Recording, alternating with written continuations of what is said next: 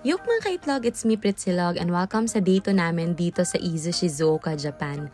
Nag-alarm nga ako ng maaga para ma-witness ang sunrise today. Ina-expect nga namin ng ulan ngayong araw kasi based sa weather forecast ay uulan nga daw. Pero buti na lang kahit papano ay may ganito akong na-experience. Yung pamangkin ko nga si Kinong ay nakanganga pa nung mga oras na yan. Eh di wow. Ako kasi gusto ko yung mga ganto, yung kalmado, yung tamang nood lang ng sunrise or sunset. Wala pang kasamang jowa sa ngayon pero sana naman sa susunod meron na. Charot! Pagkatapos ko nga mag-sunrise viewing ay nagluto na ako ng breakfast namin. Sinermonan ko nga pala si Kinong pagising. Wala lang para ma-experience ko lang anong feeling ng maging nanay na naninermo ng anak sa umaga. Ganyan mga kabataan ngayon. Gigising na lang, nakakain na yung pagkain. Pagkatapos namin mag-almusal ay nagbalik tanaw si Kinong sa nakaraan. Tara pakinggan natin ang mga kwento niya. Parang siniko niya yung tropa ko na, bago rin sapatos niyo, pero goma pa rin siya, bago lang. Talaga yan sa 18 tapos puti siya dati, o diba? Oo, kasi nga, goma nga yung sapatos mo, baby boy.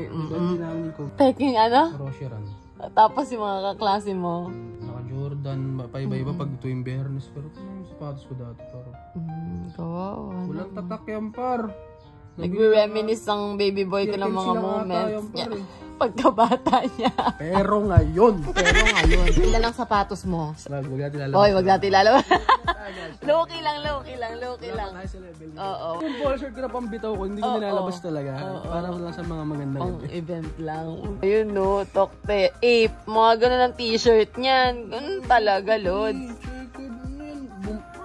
Pagkatapos nga ng kwento ni Kinong ay nakatulog kami at nagising ng umuulan na. So sad talaga dahil hindi namin ma-enjoy ng mabuti ang dagat. Pero syempre ipupush namin. Lalabas kami at magsiswimming. Tara, get ready with me!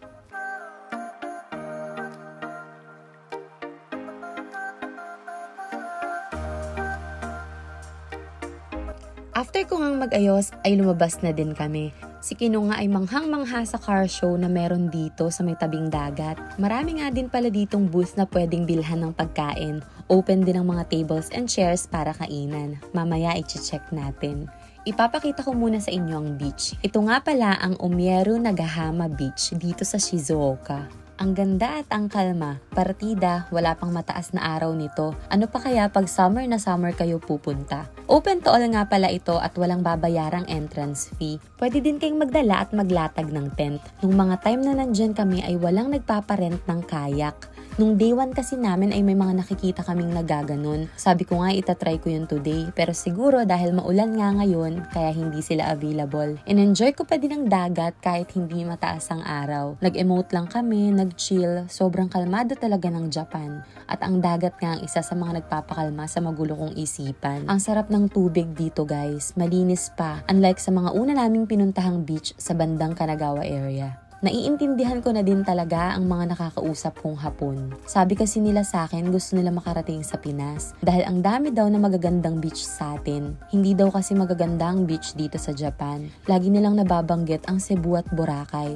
Nakaka-proud nga kasi alam nila yung mga lugar natin. Tinignan na nga namin yung mga tinda dito para makakain na. At syempre gusto ko nitong inihaw na isda kaya naman bumili na kami at nag-ihaw. Meron na din sila ditong nakahandang ihawan. Kumain na din kami sa tabing dagat. Buti naman may upuan.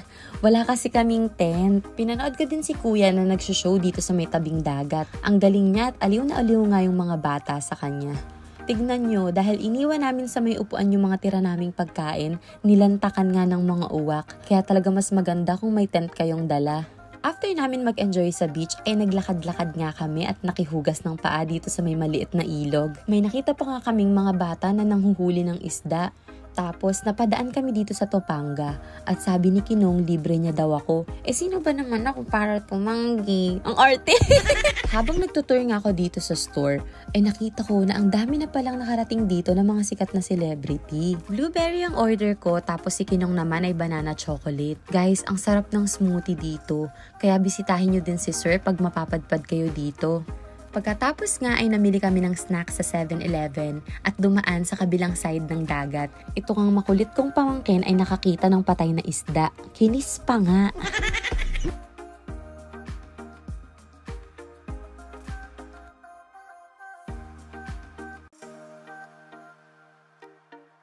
Pag-uwi namin sa hotel ay nanood kami ng movie, tapos nag-dinner. Tapos pagkatapos nun, inasar ko si Kinong. Bakit? Bakit gusto mo lang magbakasyon, baby boy? Sagutin mo, bakit gusto mo lang magbakasyon? Eh, nandito ka sa Japan para magtrabaho eh. Baby boy, ba't gusto mo magbakasyon lang?